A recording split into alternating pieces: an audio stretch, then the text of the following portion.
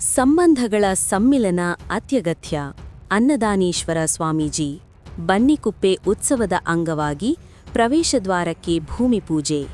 ಇಂದಿನ ಯಾಂತ್ರೀಕೃತ ಜೀವನದಲ್ಲಿ ಮಾನವ ಸಂಬಂಧಗಳ ಸಮ್ಮಿಲನ ಅತ್ಯಗತ್ಯವಾಗಿದೆ ಎಂದು ಆದಿಚುಂಚನಗಿರಿ ರಾಮನಗರ ಶಾಖಾಮಠದ ಅನ್ನದಾನೀಶ್ವರನಾಥ ಸ್ವಾಮೀಜಿ ಹೇಳಿದರು.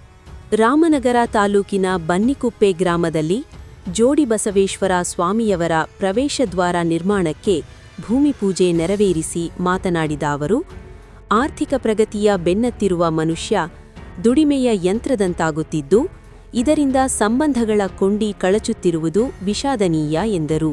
ಗ್ರಾಮದ ಹೆಣ್ಣು ಮಕ್ಕಳ ಮಕ್ಕಳು ಹಾಗೂ ಮೊಮ್ಮಕ್ಕಳು ಬನ್ನಿಕುಪ್ಪೆ ಮೊಮ್ಮಕ್ಕಳ ಬಳಗ ರಚಿಸಿ ಅಜ್ಜಿ ಊರಿನೊಂದಿಗೆ ಸಂಬಂಧಗಳನ್ನು ಉಳಿಸಿಕೊಳ್ಳಲು ಉತ್ಸವ ಆಯೋಜಿಸಿರುವುದು ಶ್ಲಾಘನೀಯ ಕಾರ್ಯವಾಗಿದೆ.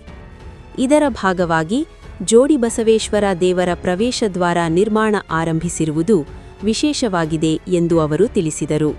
ಈ ವೇಳೆ ರೈತ ಮುಖಂಡ ಸಿ. ಪುಟ್ಟಸ್ವಾಮಿ ಮಾತನಾಡಿ, ಮೊಮ್ಮಕ್ಕಳ ಬಳಗ ರಾಜ್ಯದಲ್ಲೇ ವಿನೂತನ ಪ್ರಯತ್ನವಾಗಿದ್ದು, ಇಂತಹ ಮಾದರಿಗಳು ಇತರ ಗ್ರಾಮಗಳಿಗೂ ಪ್ರೇರಣೆಯಾಗಬಹುದು ಎಂದು ಹೇಳಿದರು.